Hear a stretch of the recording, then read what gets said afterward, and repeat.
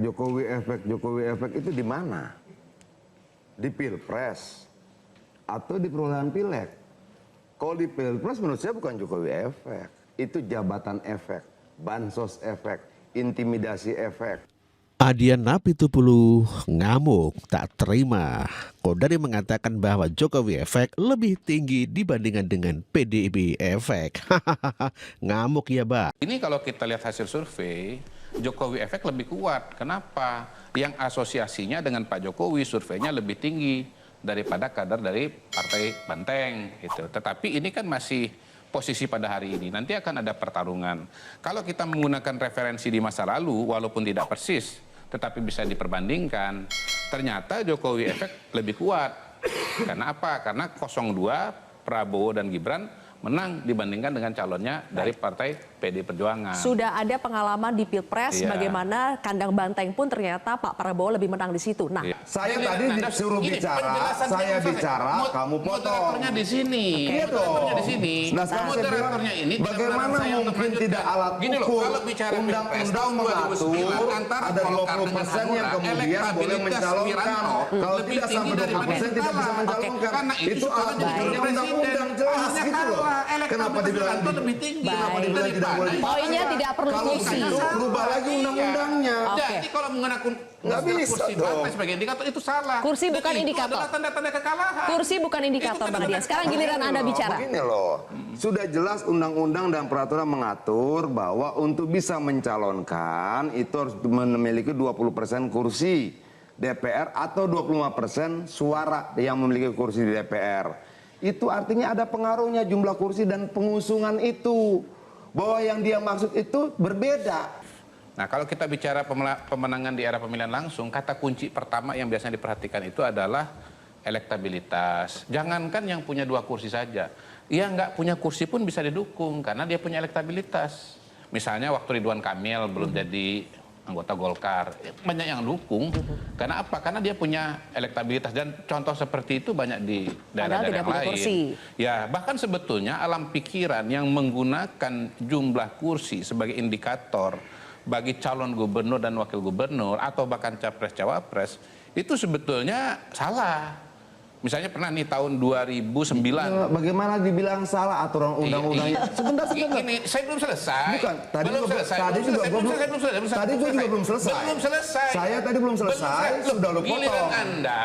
Saya tadi disuruh bicara, saya bicara, kamu potong. Moderatornya di sini. Iya dong. Di sini. Nah, sekarang saya bilang, bagaimana mungkin tidak alat ukur undang-undang mengatur ada 20% yang kemudian boleh mencalonkan.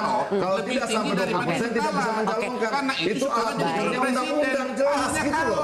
Kenapa dibilang lebih tinggi? Kenapa dibilang tidak boleh? Poinnya tidak perlu kursi. Rubah lagi undang-undangnya. Jadi kalau menggunakan nggak bisa dong. Sebagai indikator itu salah. Kursi bukan indikator. Adalah tanda-tanda kekalahan. Kursi bukan indikator, Bang Adian. Sekarang giliran Anda bicara. Begini loh, sudah jelas undang-undang dan peraturan mengatur bahwa untuk bisa mencalonkan itu harus memiliki 20% kursi DPR atau 25% suara yang memiliki kursi di DPR. Itu artinya ada pengaruhnya jumlah kursi dan pengusungan itu.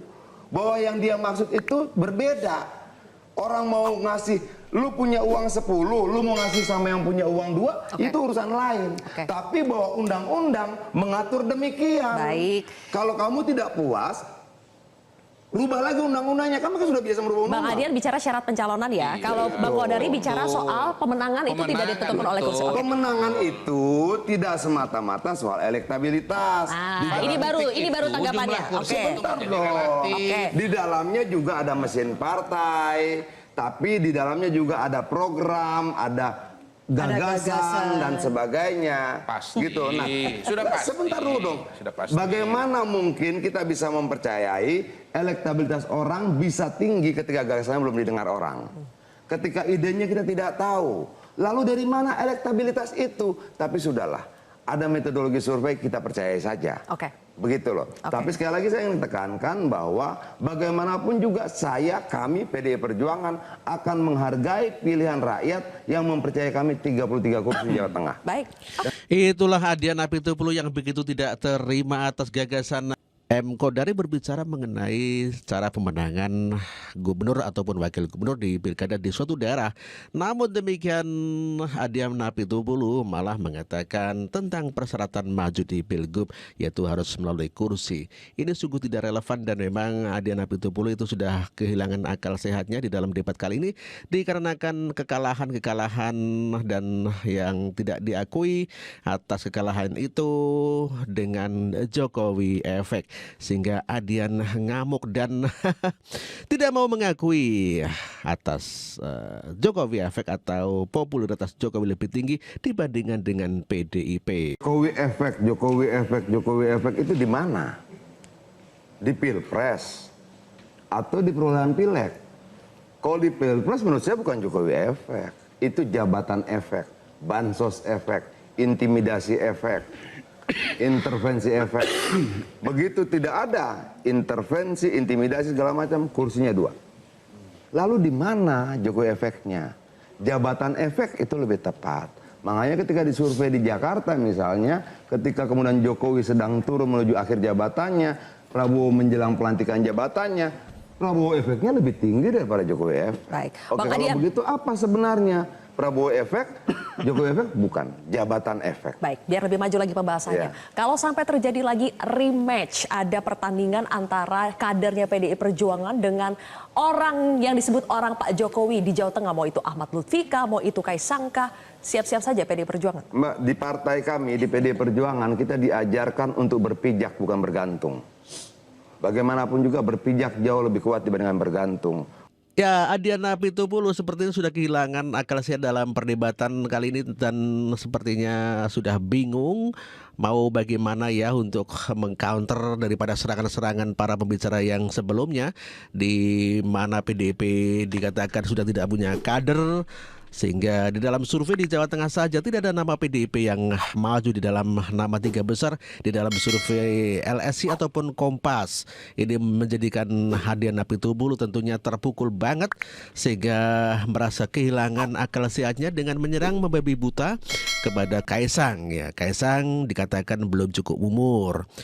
Kenapa kok sekarang bisa maju? Oh, kenapa undang-undang kok harus diganti-ganti begitu ya?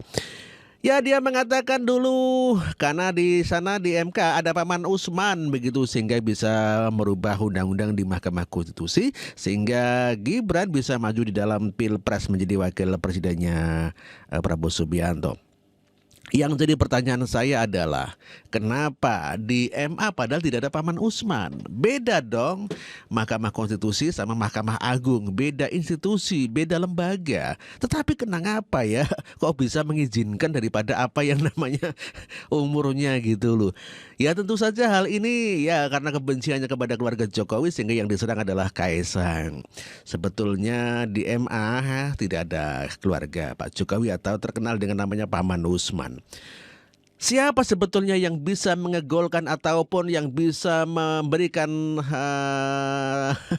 karpet merah buat Kaisang di MA? Ya, MA ini bukan MK, Bung. Kalau MK sih itu mah boleh-boleh saja karena dikatakan di sana ada Paman Usman. Kalau di MA kan tidak ada. Aduh, Bang Adian ngamuk-ngamuk dan sudah kehilangan akal sehatnya.